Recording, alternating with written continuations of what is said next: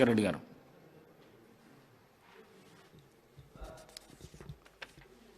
ధన్యవాదాలు అధ్యక్ష. గౌరవ శాసనసభకు మొదటిసారి శాసనసభ్యుడిగా ఎన్నికైన మొదటి అవకాశం ఇచ్చినందుకు మాలాంటి వాళ్ళం గ్యాలరీలో కూర్చుంటే చాలనుకున్నాం. గౌరవ శాసనసభకు పంపిన నా ఆర్మూర్ ప్రజలందరికీ మీ ద్వారా ప్రత్యేక ధన్యవాదాలు తెలియజేస్తాను. ఈరోజు నా ఆర్మూర్ నియోజకవర్గంలో 10 సంవత్సరాల నుంచి 10 సంవత్సరాల క్రితం ఎలాంటి అభివృద్ధి చెందకుంటుందో ఇప్పుడు కూడా అలానే ఉంది అధ్యక్ష. ప్రచారం తప్ప లేదు. దయచేసి ఒక 2 నిమిషాలు ఎక్కువండి నాకు. మా ఆర్మూరు పట్టణంలో 3000 మంది అమ్మాయిల అధ్యక్ష కనీస వసతులు లేకుండా సోషల్ వేర్ ఎస్సీ ఎస్టీ గిరిజన అమ్మాయిలు అద్దె కొంపలల్లా మురిగి గుంటల పక్కన 2000 మంది హాస్టల్లో ఉంటున్నారు అధ్యక్ష. అది కూడా 200 మంది కెపాసిటీ ఉన్న అద్దె బిల్డింగ్లో 600 మంది అమ్మాయిలు. బాత్రూములు లేవు, బెడ్రూములు లేవు. ఒక్క బెడ్రూమ్లో 40 మంది అమ్మాయిలు అధ్యక్ష. ఈరోజు ఒక శుభవార్త చూశాను అధ్యక్ష. 100 కోట్లతో గురుకులం కొడంగల్ నమూనాలో కొడంగల్ ఇంటిగ్రేటెడ్ గురుకులం అని అధ్యక్ష మీ ద్వారా గౌరవ ముఖ్యమంత్రి గారికి మోడల్ కొడంగలే కాకుండా నా ఆర్మూర్ను కూడా ఇంకొక మోడల్గా తీసుకోవాలని ఈ 100 కోట్ల గురుకులంకు ఆ 200 మంది అమ్మాయిలు ఎస్సీ ఎస్టీ మైనార్టీ ఆడబిడ్డలు వాళ్ళకు కూడా మొదటిసారి అవకాశం ఇవ్వమని మీ ద్వారా కోరుకున్నాను అధ్యక్ష. రెండోది 100 బెడ్స్ హాస్పిటల్ ఉంది అధ్యక్ష. అది పేరుకే 100 బెడ్. 10 బెడ్లకు సరిపడా డాక్టర్స్ లేరు, నర్సెస్ లేరు, ఎక్విప్మెంట్స్ లేవు. గౌరవ మంత్రి గారిని కూడా కలవడం జరిగింది. నిజామాబాద్ జిల్లాకు వచ్చినప్పుడు ఒక అంబులెన్స్ అని ఇవ్వండి అన్నాను అడిగాను. అంబులెన్స్ కూడా రాలేదు అధ్యక్ష. 2 నెలల నుంచి మంత్రులను అడుగుతున్నాను. దయచేసి పేదవాడికి ఉన్న ఒకే ఒక్క డబ్బున్న వాళ్ళు ఎవరు హాస్పిటల్కి వెళ్ళారు అధ్యక్ష. దయచేసి మీ ద్వారా గౌరవ మంత్రులకు నా హాస్పిటల్ కావాల్సిన కేడార్ స్ట్రెంత్ అండ్ ఎక్విప్మెంట్స్ ఇప్పించగలని కోరుకుంటున్నాను అధ్యక్ష. మూడోది, మొన్న గౌరవ ముఖ్యమంత్రి గారు అండ్ భారీ పరిశ్రమ శాఖ మంత్రి గారు స్విట్జర్లాండ్ దావోస్కి వెళ్ళారు అధ్యక్ష. 40,000 కోట్లు పెట్టుబడులు వచ్చాయని చెప్పారు అధ్యక్ష. సంతోషం. రాష్ట్ర ప్రభుత్వానికి ఒక కొత్త అధ్యాయం అనుకుంటున్నాను. మా లక్కంపల్లి సెట్స్ సుమారు ప్రారంభించిన నాటి నుంచి ఇప్పటివరకు ఒక ఇండస్ట్రీ రాలేదు అధ్యక్ష.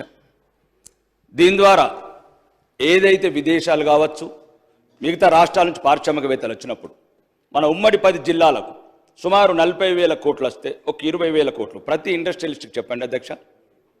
ఒక 20% నిజామాబాద్, ఒక 20% వరంగల్, ఒక 20% నల్గొండ, ఒక 20% ఖమ్మం. హైదరాబాద్ చుట్టూ మేము 20-30 సంవత్సరాలు చూస్తున్నాం అధ్యక్ష. ఏ పెట్టుబడిదారు వచ్చినా హైదరాబాద్ అంటేనే ఇష్టపడుతున్నాడు. ఔటర్ రింగ్ రోడ్ కావచ్చు, ఇంటర్నేషనల్ ఎయిర్పోర్ట్ కావచ్చు, ఇక్కడున్న ఇన్ఫ్రా కావచ్చు.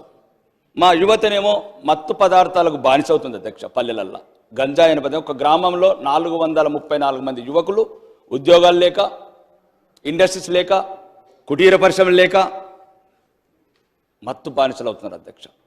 ఎందుకంటే యువ ముఖ్యమంత్రి, డైనామిక్ ముఖ్యమంత్రి.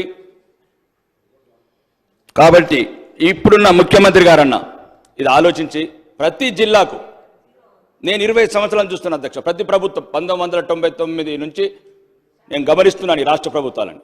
ఎవరు వచ్చినా ఫ్యాబ్ సిటీ అంటారు, ఔటర్ రింగ్ రోడ్ పక్కన ల్యాండ్ కావాలంటారు. ఎవరు వచ్చినా చందన్పల్లి అమెజాన్ క్యాంప్ కావాలంటారు. ఎవరు వచ్చినా షాద్నగర్ కావాలంటారు. మరి మా పిల్లలు ఎట్లా అధ్యక్ష? ఆదిలాబాద్ గూడాలు ఉన్న లంబాడి తండాల పిల్లలు ఎట్లా? ఖమ్మంలో ఉన్న వెనుకబడి ప్రాంతంలో పిల్లలకి ఎట్లా ఉద్యోగాలు? ఇక్కడ ఉన్నాయి అధ్యక్ష.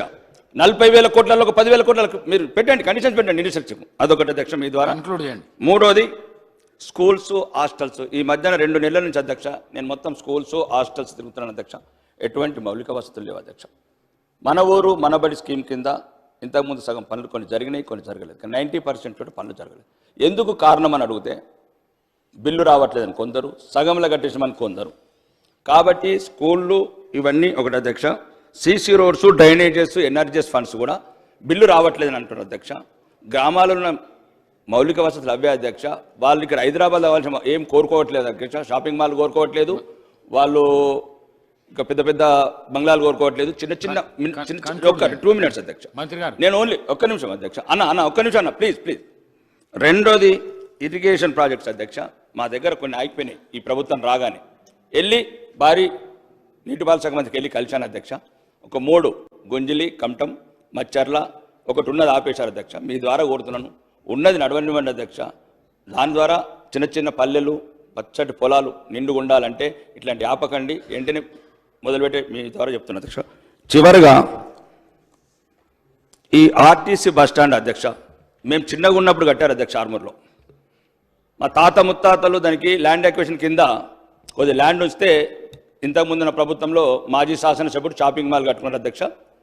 నేను వచ్చిన తర్వాత దాని మీద సంబంధిత సంస్థలని ప్రెషర్ చేస్తే 3.5 కోట్లు ఈ గౌరవ ప్రభుత్వం వసూలు చేసింది అధ్యక్ష. సంతోషం. నేనేమంటున్నానంటే ఇంకా 8 మొత్తము 3.5 కోట్లు ఇంకా 4.5 కోట్లే అధ్యక్ష. ఈ 8 కోట్ల రూపాయలతో మాకు ఒక మోడల్ బస్ స్టాండ్ కట్టాలని, ఒక మోడల్ బస్ స్టాండ్ కట్టి మా తాత ముత్తాతలు ఏది కోరుకొని ల్యాండ్ అక్విజిషన్ ఇచ్చారో, ఒకవేళ ఎట్లయితే ప్రైవేట్ కార్పొరేషన్స్ కూడా డెవలప్ చేస్తున్నారో ఒక కార్పొరేషన్ క్రియేట్ చేసి ఒక మోడల్ బస్ స్టాండ్ కట్టి తెలంగాణకి తలమానికంగా ఈ షాపింగ్ మాల్ ఛార్జీతో కూడా ఈఎంఐగా కన్వర్ట్ చేయొచ్చు అధ్యక్ష. ఇంకా ముఖ్యంగా ఇక లాస్ట్ చెప్తాను అధ్యక్ష, ప్రోటోకాల్ ఇష్యూస్ అధ్యక్ష. దయచేసి మీ ద్వారా మీకే చెప్పుకోవాలి. ప్రోటోకాల్ చాలా మొదటిసారి శాసనసభ్యుడిగా ఎన్నికైనందుకు చాలా అవమాన పాలవుతున్నాం. ప్రోటోకాల్ సిస్టంలో అధికారులను అడుగుతున్నాం. నేను ఒకటి చెప్తున్నాను అధ్యక్ష, ప్రతీకారం కోరుకుంటుంది. మీరు ఇంతకుముందున్న ప్రభుత్వం మీ మీద కక్ష తీర్చుకున్నది, దాన్ని తీర్చుకొని పర్వాలేదు. మేము మొదటిసారి శాసనసభ్యులుగా ఎన్నికైనాం అధ్యక్ష. ఒక్క నిమిషం నేను చెప్తున్నాను. ఒకవేళ మీకు అట్లా అనిపిస్తా నేను ఏమంటున్నా అంటే, మేము మొదటిసారి వచ్చినాం, మా మీద పగబడితే ఏమొస్తుంది అధ్యక్ష? మహాత్ముడు కలలు గన్న గ్రామ స్వరాజ్యంలో నా నియోజకవర్గంలో 40 గ్రామ పంచాయతీలు లేవు అధ్యక్ష. 40 గ్రామ పంచాయతీలు కడతానని తిరుగుతున్నాను, టైం ఇవ్వరు. అంటే నేను చెప్తున్నాను, నేను నా సొంత ఏం కాదు, హైదరాబాద్ సంబంధించి కాదు, కోటేశ్వర సంబంధించి మాట్లాడతాను. గ్రామాలలో మాట్లాడుకోవచ్చు అధ్యక్ష. ఒక్క నిమిషం. ప్రోటోకాల్ పరంగా మమ్మల్ని గౌరవించమని కోరుకుంటున్నాను అధ్యక్ష, గౌరవ శాసనసభ ద్వారా, మీ ద్వారా. ఎందుకంటే చాలా చోట్ల అవమానాల పాలవుతున్నాము, ప్రజలకు చెప్పుకోలేకపోతున్నాము. గౌరవ ముఖ్యమంత్రి గారి ద్వారా కూడా కోరుకుంటున్నా, మాకు తగిన గౌరవం ఇవ్వండి. ప్రజాప్రతినిధిగా, ప్రజల ప్రతినిధిగా గౌరవం ఇవ్వని కోరుకుంటున్నాను అధ్యక్ష. ఈ అవకాశం మీరు ఇచ్చినందుకు ధన్యవాదాలు అధ్యక్ష.